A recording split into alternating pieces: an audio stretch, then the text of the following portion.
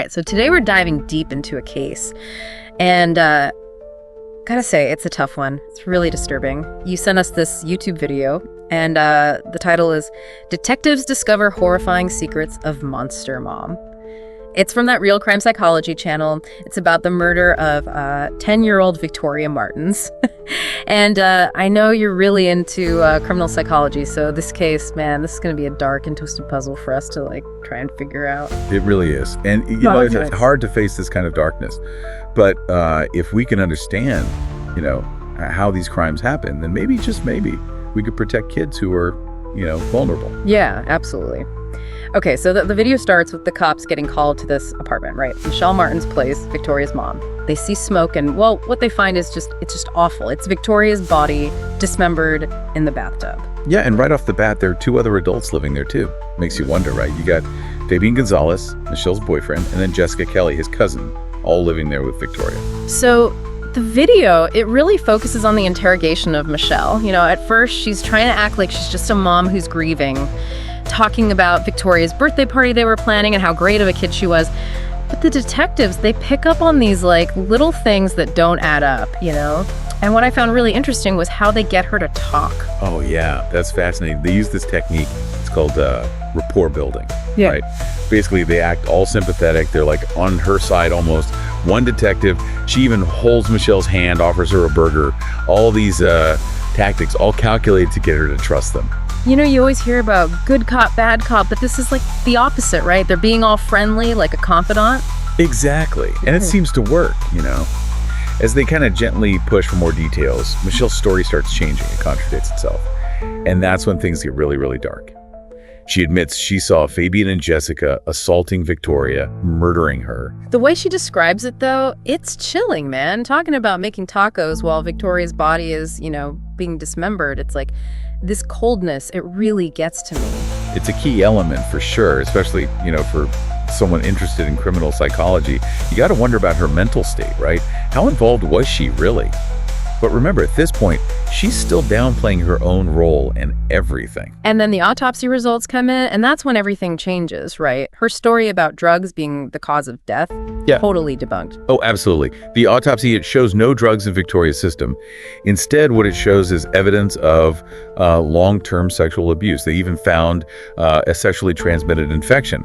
That blows her whole story out of the water. Yeah. And there's something else with the autopsy. It adds a whole other layer to this whole messed up situation. Unidentified male DNA, right. Right. And that's where Jessica's claim about this mystery man comes in. She says he was the one who assaulted Victoria. So now we got more questions and answers. Yeah, for sure. Was this mystery man alone? Was he working with Fabian and Jessica? This unknown DNA, it makes it so hard to say, who was involved and how much. So they keep questioning her, and Michelle, she finally breaks down. She confesses that she let men abuse Victoria, not just Fabian and Jessica, but an ex-boyfriend too, David Hernandez. And it gets worse.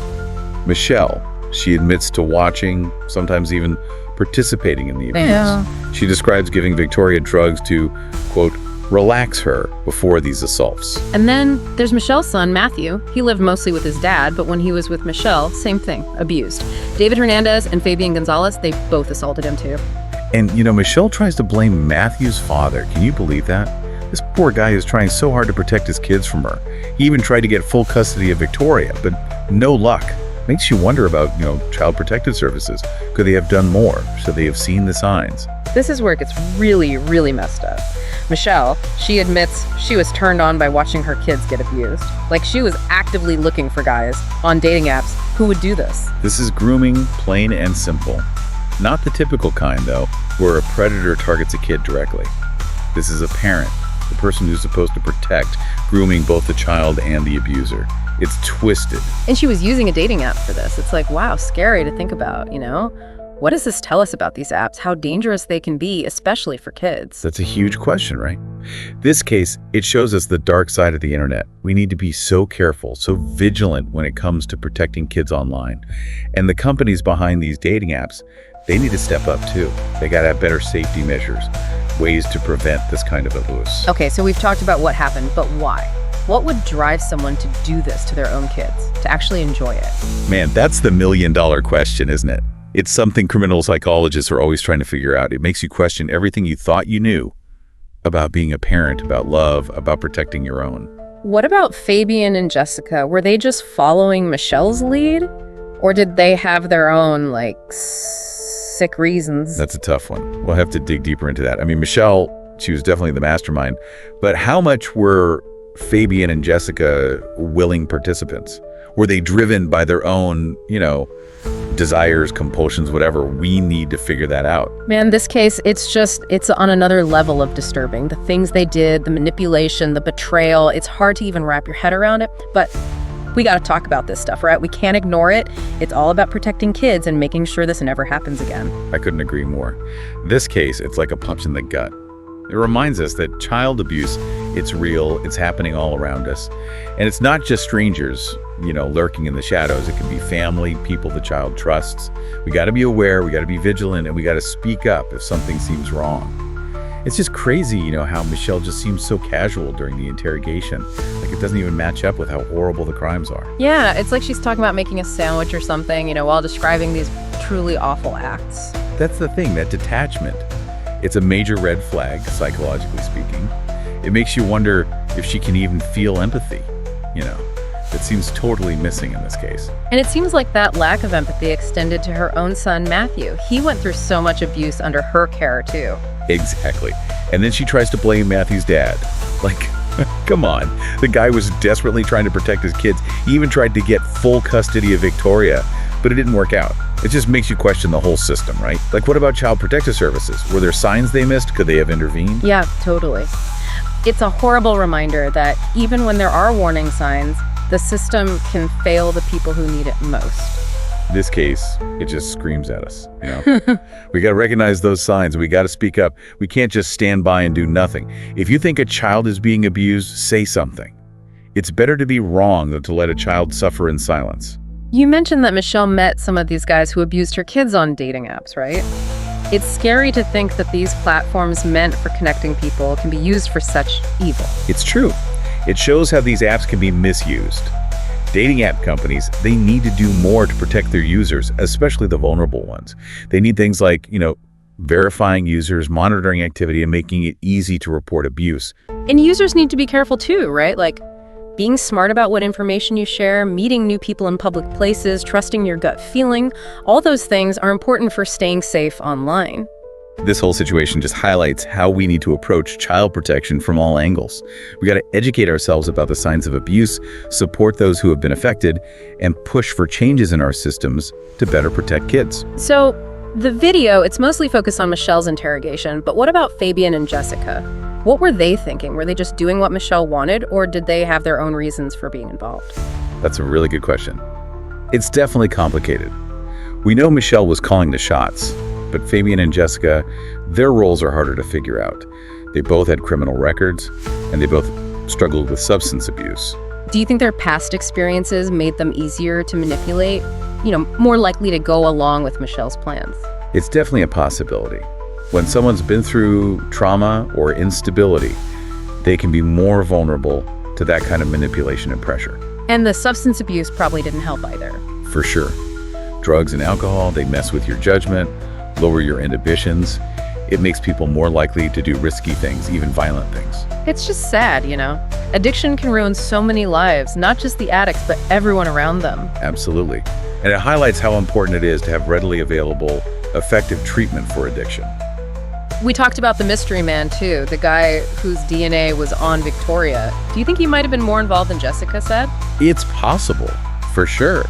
I mean, his DNA being there suggests something more than just a random encounter. It goes against the idea of him being a stranger who just happened to assault Victoria. Yeah, it just adds another layer of mystery and horror to this already terrible case. It does. And it shows how important it is to keep investigating, to keep following every lead, even when a case seems closed. We owe it to Victoria, to all victims of abuse, to never stop searching for the truth. Michelle ended up getting a 12-year sentence, and a lot of people were outraged, and rightfully so. It seemed way too light considering the horrific things she did. What are your thoughts on that? Yeah, the sentence, it just didn't seem to fit the crime. And people were angry, of course. 12 years. It doesn't even come close to the pain that Victoria went through. It really raises questions about whether the justice system is really protecting children. It also shows how hard it is to prosecute these kinds of cases, especially when it's a parent abusing their own child. You have to deal with parental rights and proving intent, especially when the child can't testify. That's a crucial point. These cases are so difficult. It's hard to prove beyond a reasonable doubt. You often don't have a lot of physical evidence, especially with sexual abuse. And when the abuser is the parent, it gets even trickier because of parental rights and the presumption of innocence. It just goes to show that the justice system, even though it aims to be fair, it's not perfect. Sometimes the outcome just doesn't feel right, it doesn't feel like enough. And that can be really hard for people who want justice for victims of child abuse. It's true. And this is why we need to keep fighting for change, for better laws, better training for the people who work in law enforcement and child protection, and more support for victims. This case is just so awful on so many levels, but I think it's important to remember that there's still hope.